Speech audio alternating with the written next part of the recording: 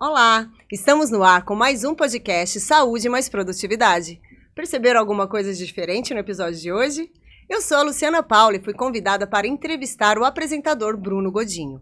Hoje vamos falar mais sobre os bastidores desse projeto, sobre os desafios e inspirações por trás do podcast Saúde mais Produtividade. Roda a vinheta.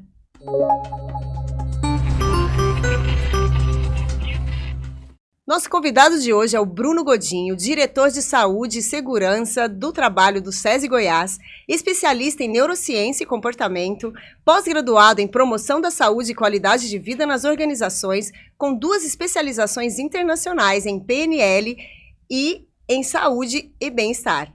Olá, Bruno, tudo bem? Olá, obrigado pelo convite. E se você não percebeu diferença no comando do podcast, precisa urgente passar no oftalmologista. Melhorou demais. Muito obrigada, Bruno. Vamos lá, Bruno, qual foi sua inspiração por trás desse podcast? A gente tem uma série de desafios quando o assunto é saúde. E o primeiro é levar informação de qualidade. Então, numa era de fake news, no momento que a gente está passando e que existem uma série de informações desencontradas, levar o suprassumo da informação técnica, validada cientificamente, proferida por especialistas em cada um em sua área, é fundamental. Então o podcast ele vem para esclarecer a população, a nossa audiência, sobre os conceitos principais relacionados à saúde ocupacional, qualidade de vida e também à produtividade no trabalho. Muito bacana. E como que sua experiência pessoal e profissional influenciou na criação desse podcast? Bom, em tudo, né? Como consumidor de informação e também como profissional, gestor da área da saúde, entendo perfeitamente que a gente tem clientes ou pacientes ou potenciais clientes com níveis de percepção diferentes. Cada um tem um nível de maturidade diferente, inclusive sobre sua própria saúde. Então, sabendo que a gente tem uma população diversificada, a ideia do programa é buscar informações, buscar conteúdo relevante com várias fontes, para que eles possam fazer sentido para a pessoa naquele momento que ele está passando. Existe uma teoria muito bacana que é do James Prochaska. James Prochaska é um pesquisador dos anos 70 ainda, que criou o modelo transteórico de propensão à mudança, Prochaska e de Clemente. O que se baseava esse trabalho dele? Fez um trabalho específico na ocasião sobre tabagistas. O que faz com que uma pessoa que é fumante pare de fumar e a pessoa que deseja parar não consegue? Por que alguns conseguem e outros não? Então ele fez todo um estudo, todo um modelo, e aí ele chegou na conclusão que existem várias etapas para a mudança de comportamento. E depois, claro, isso foi se aperfeiçoando, e aí chegou-se também a outra conclusão que isso não vale só para o caso do tabagismo, mas para todo o comportamento humano. E aí, uma dessas etapas, por exemplo, a primeira é a de pré-contemplação. Nessa etapa, o pesquisador ele afere que uma pessoa, nesse estágio de pré-contemplação, ele sequer cogita a ideia de mudar o seu comportamento. O que isso tem a ver com o assunto? É aquela pessoa que a gente fala assim, vamos para a academia? Deus me livre, nem quero. Serve para tabagismo, você podia parar de fumar? Não. Meu avô fumou a vida inteira. Negação. E tá tudo bem. Então tem pessoas que estão nesse estágio, tá? E a melhor saída para essas pessoas é informação de qualidade, para que eles possam aumentar seu nível de maturidade e seguir para o próximo estágio, que é de contemplação, que é onde a pessoa já fica, será que esse negócio de academia é bom mesmo? Será que chegar no horário no trabalho realmente é tão bom? Será que cuidar da minha saúde, cuidar da saúde dos meus filhos, pode ser uma boa, pode ser melhor para mim? E já começa a pensar a respeito. Então, para cada estágio, e a gente vai para o estágio de planejamento, de ação, né? Não vou me delongar sobre esse trabalho, mas para cada estágio, a informação de qualidade é um dos elementos que faz com que a pessoa crie consciência, diante da consciência ela cria autonomia e pode mudar o seu próprio comportamento. Então, todo o programa, ele prevê níveis de informação diferentes. Que alguns episódios vão funcionar mais para você, outros vão funcionar menos, outros vão agradar algum público, outros não vão agradar totalmente, mas para quem perceber as nuances de cada episódio, vai conseguir internalizar um pouco mais desse conhecimento para gerar transformação. Então, o que a gente quer no final é que as pessoas possam mudar a sua conduta, o seu estilo de vida, para um estilo de vida mais saudável, para a gente conseguir envelhecer com qualidade, para um estilo de vida mais produtivo, que é uma relação total entre saúde e produtividade, para que as pessoas consigam conquistar os seus sonhos profissionais, seus objetivos profissionais também, mas cada um no seu movimento, cada um no seu passo, cada um no seu caminho. E o foco desse podcast, Bruno, é mais voltado para a pessoa ou também abrange empresa, partes corporativas, que às vezes também não tem muito conhecimento das áreas de saúde que ele tem que lidar dentro da indústria da empresa dele? Como é que é? Essa pergunta é excelente, porque uma empresa é uma instituição constituída por pessoas. Sim. Dentro da empresa existem, então, pessoas que produzem produtos, serviços, ou qualquer outro tipo de relação comercial para atender a necessidade de outras pessoas. Então, no fim, a gente não está falando que as empresas têm um relacionamento B2C, B2B, é P2P, person to person. Né? Então, quando a gente fala empresa, a gente está falando de pessoas. Então, eu entendi a tua pergunta, é claro, o nosso podcast ele serve para trazer informação tanto para a pessoa física, que vai utilizar esse conhecimento para a sua vida, para a sua família, mas também para as pessoas que representam pessoas jurídicas.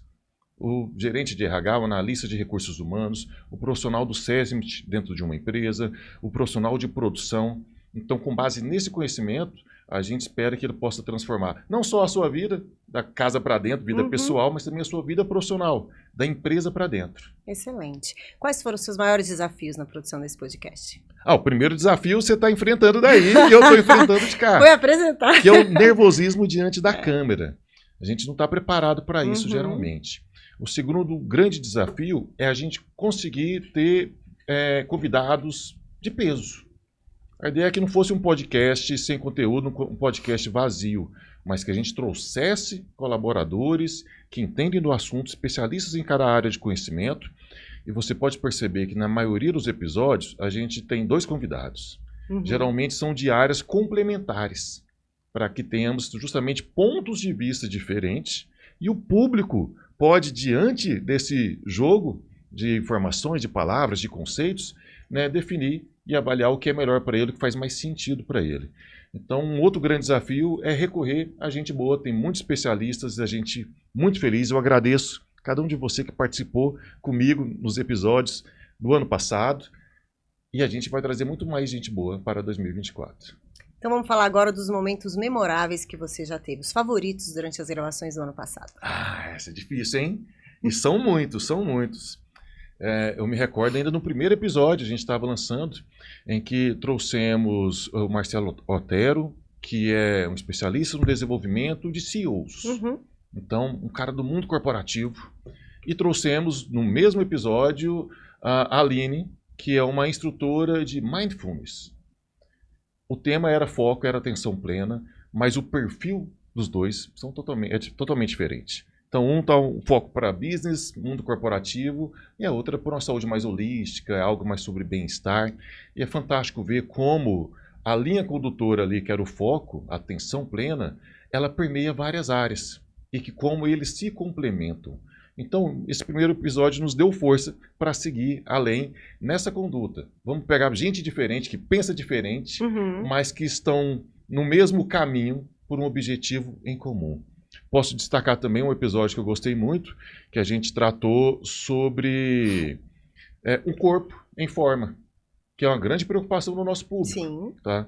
Então, trouxemos aqui uma médica endocrinologista, doutora Isabela Guimarães, trouxemos um profissional de educação física, professor Davi, trouxemos uma nutricionista, doutora Renata, e foi muito interessante ver a sinergia entre eles. Não se conheciam mesmo sem conversar, a gente percebe que áreas de conhecimento diferentes há essa conexão. Nesse dia, inclusive, a doutora Isabel deu uma aula sobre Ozempic e outras drogas do momento, que muita gente desconsidera a responsabilidade em ministrar elas, os riscos que tem. Né? Então, foi um papo muito rico. Eu poderia ficar aqui o dia citando esses programas. Todos são bons, todos eu aprendo, eu acho que é uma parte muito importante aqui. Né? Eu saio daqui com muito mais conhecimento do que eu entrei. E a evolução do primeiro episódio para cá? O que que você sentiu, tanto de conteúdo, desenvolvimento de conteúdo, quanto para vocês que organizam o projeto, que apresentam? Como foi essa evolução? Felizmente, eu tenho uma equipe técnica aqui de primeira, né, que acompanha, faz acontecer, eles ficam de trás das câmeras, mas que eu sou muito grato aí, Juliana Caldeira, o Bruno, meu xará, o César. Então tem toda uma equipe de bastidores que justamente permite que o programa flua. Então eu posso me concentrar na área que é mais adequada, que é escolher os especialistas, né, promover esse convite e ter um debate de qualidade.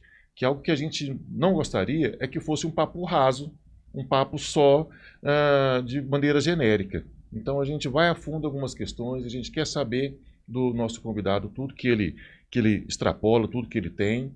E aí há uma evolução natural no desenrolar do programa. Primeiro eu fiquei muito travado, gaguejei um monte, a coisa não saiu como precisava. Ainda hoje eu faço isso, mas a gente vai aprendendo, né? Um dia eu fico bom, um dia eu fico bom. E as influências? Quais foram as principais inspirações e influências que você teve para a criação desse podcast? Eu sou um curioso por natureza, então eu não perco meu tempo, vou chamar assim, assistindo conteúdo que não vai me agregar. Então eu não vejo novela, eu não fico discutindo fofoca, programas que têm uma aleatoriedade assim e não me atrai. O que me atrai? Algo que eu possa aprender.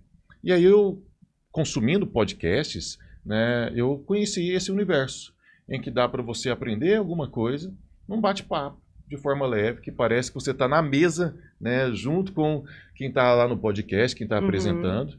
Então, por exemplo, Inteligência Limitada, né, do Rogério Vilela, é um podcast que eu assisto com muita frequência, né? Gosto muito da abordagem leve dele, e ele também traz vários assuntos que vão de guerra, à saúde e até, claro, o mundo da televisão também. E aí a gente escolhe pelo tema. E é isso que a gente gostaria que o nosso público fizesse, né? Acompanhe nas redes sociais, veja o Instagram, SESI Saúde, acompanhe no YouTube, marque o sininho e quando tiver um tema que te agrada, assiste. O que às vezes não faz sentido para você nesse momento, não assiste. Se você gostou, você compartilha. Se você não gostou, você compartilha para sua sogra, manda para o cunhado. É isso. E o que a gente pode esperar desse podcast para 2024?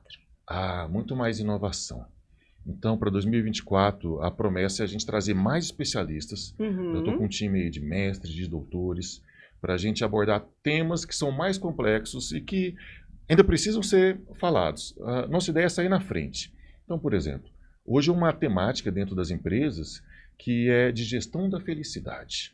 Né? As empresas, grandes corporações estão contratando o CAO, né? Que é o CEO da felicidade, Chief Happiness Office.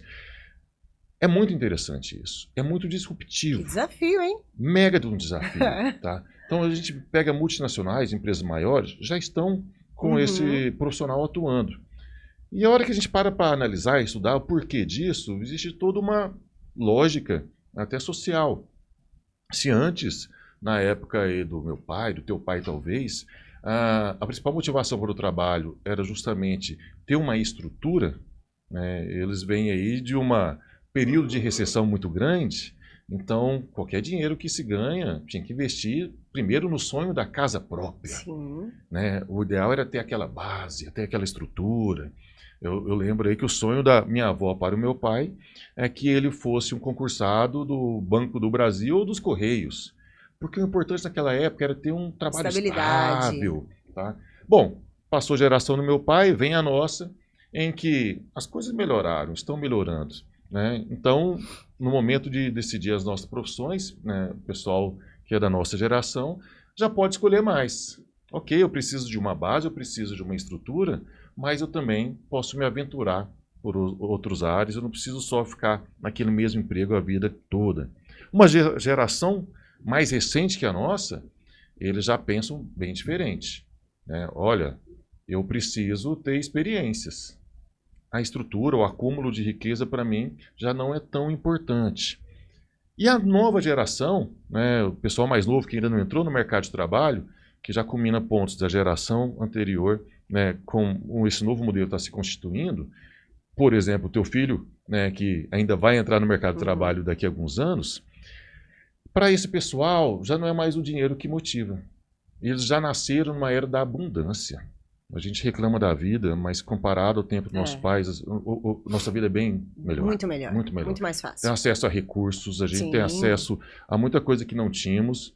Inclusive internet, né? Não queria falar, não, mas a Luciana é pré-internet.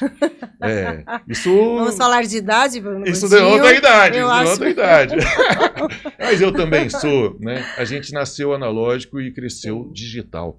Essa galerinha já tem uma série de recursos, de informações muito facilitadas. Então, para eles, acumular riqueza hoje já não é o que mais motiva. Então, se na época do meu pai, a minha avó falava, você tem que ter a casa própria para você dar segurança para sua família. E na minha geração, por exemplo, e na geração posterior, né, eu já recebo o conselho que é, poxa, você precisa conquistar seus objetivos, mas faça o que você quiser para conquistar os seus objetivos. Para as gerações seguintes, já é assim, olha, faça o que você quiser desde que você seja feliz. Exatamente. Isso é tão bonito, que dá uma liberdade para essa nova geração, ao mesmo tempo que é um peso enorme. Porque na época do meu pai só precisava passar no concurso. Na minha já tem que escolher entre várias opções e tem que cumprir o objetivo. Porra, em quem é mais novo e quem ainda vai entrar no mercado de trabalho, tem um grande desafio de ser feliz. Então as empresas perceberam que, principalmente para as novas gerações, não é mais só o salário que importa. Existe uma série de pesquisas sobre isso. Não é só mais o crescimento profissional que importa, embora seja bastante relevante. Sim. E uma série de pesquisas também indicam a relevância desse processo. Mas principalmente a satisfação com o trabalho. Então estamos numa era da experiência, uma era em que tudo é fluido e as pessoas gostam e desgostam com uma velocidade enorme. Sim. Em todas as áreas da vida. Então, quando as empresas investem em felicidade, elas estão falando para os seus funcionários. Você vai sair de casa, seu lugar quentinho, confortável, e vai vir para um lugar que você também vai se sentir bem. Eu quero que você dê lucro para a empresa, que é o objetivo final, mas você vai fazer isso de uma maneira que você tenha satisfação, que isso seja voltado para você, também como reconhecimento, também como algo que vai agregar na sua vida e que você tenha orgulho de deixar um legado. Então, nessa esfera, é um tema super novo, poucas empresas estão trabalhando, a gente vai trazer especialistas para cá. Ainda outro tema sobre hipnose, que é um tema que também, eu estou muito saudosista, né? Também nas antigas, era uma área do conhecimento que ela era até pouco, né, valorizada, porque a gente tinha muitos hipnólogos, showman, que iam para programa de televisão, vinha dormindo, né? Pô, e não tem ciência em cima disso. E aí isso caiu em descrédito. Mas hoje existe toda uma ciência em cima da hipnose, principalmente ligados aí na parte de psicologia, para curar traumas, para ajudar a fechar feridas, para ajudar a pessoa a se reconectar com ela mesma, né, entender quem ela é. Há também para curar fobias. Tem gente que tem aversão ao barulho do motorzinho do dentista. E por isso não vai ao dentista. Então você tem que tratar aquele trauma, tem que curar aquela fobia para que a pessoa consiga ser funcional, fazer o básico para a tua vida. Então é mais um tema relevante que a gente vai trazer, além de uma série de aspectos voltados à produtividade profissional, ao comportamento do trabalhador para essa produtividade. Falando em comportamento do colaborador de produtividade e de futuro, como você vê a IA entrando dentro do mercado de trabalho agora, até pensando em produtividade, em bem-estar, porque é uma coisa que gera um desafio, é novo para todo mundo, é novo para a empresa, é novo para o colaborador, e ela está chegando tanto para ajudar no trabalho quanto na própria saúde física, né? Então, tem várias coisas hoje que podem te ajudar ali no desenvolvimento de saúde pessoal. Esse é o principal ponto. Você falou bem, ela está chegando para ajudar. Infelizmente, a gente tem uma série de pessoas que vê a IA como uma ameaça. Né? Vai tomar meu emprego. Gente, vamos combinar? Na época da Revolução Industrial, foi o mesmíssimo processo. As máquinas estão chegando para tomar o emprego dos trabalhadores.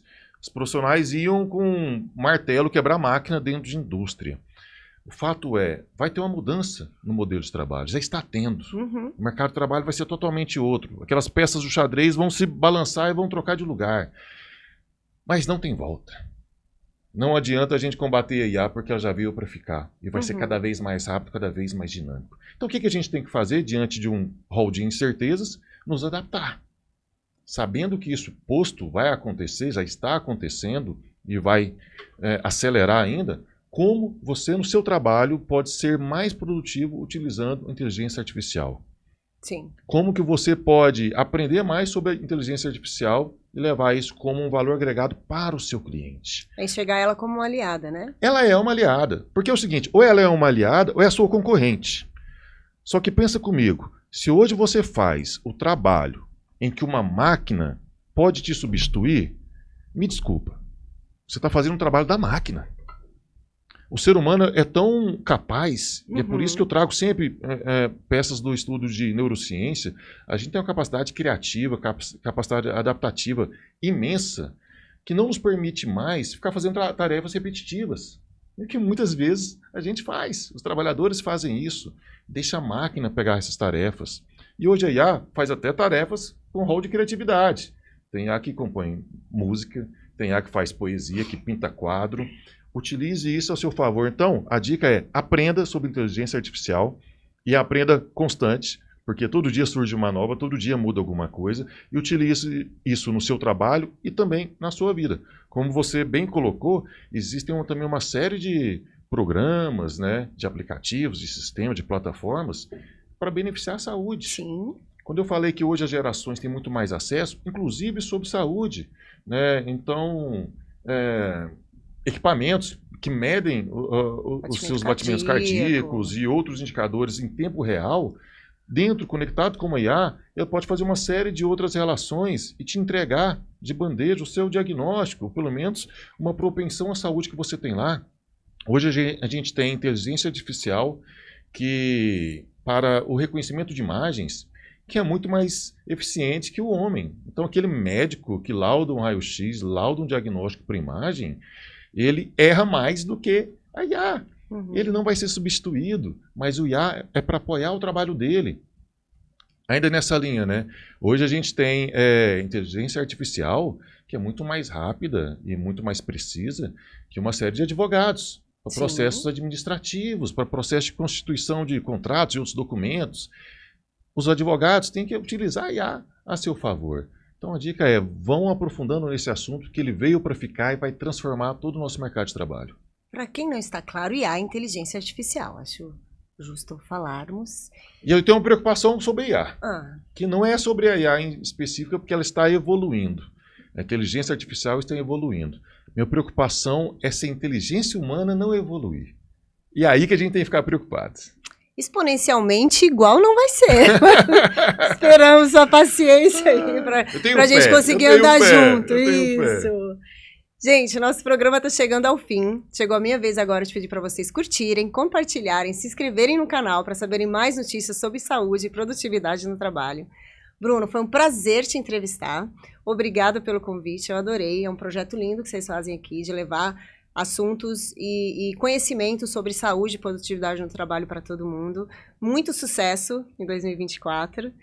E é isso. Eu adorei, né, estar sendo entrevistado, estar do outro lado da mesa. E já quero você aqui, em todo o programa. Quem acha que a Luciana deve conduzir aqui o podcast, já manda a hashtag nos comentários. Fica Lu. Fica Lu. Obrigado pelo convite. De nada, gente. E eu quero que vocês deixem aqui anotado no comentário que vocês gostariam de ouvir mais no podcast Saúde e Mais Produtividade para o ano que vem. Tá? Muito obrigada. Coloque aqui no comentário sua resposta. Muito obrigada e eu te vejo no futuro.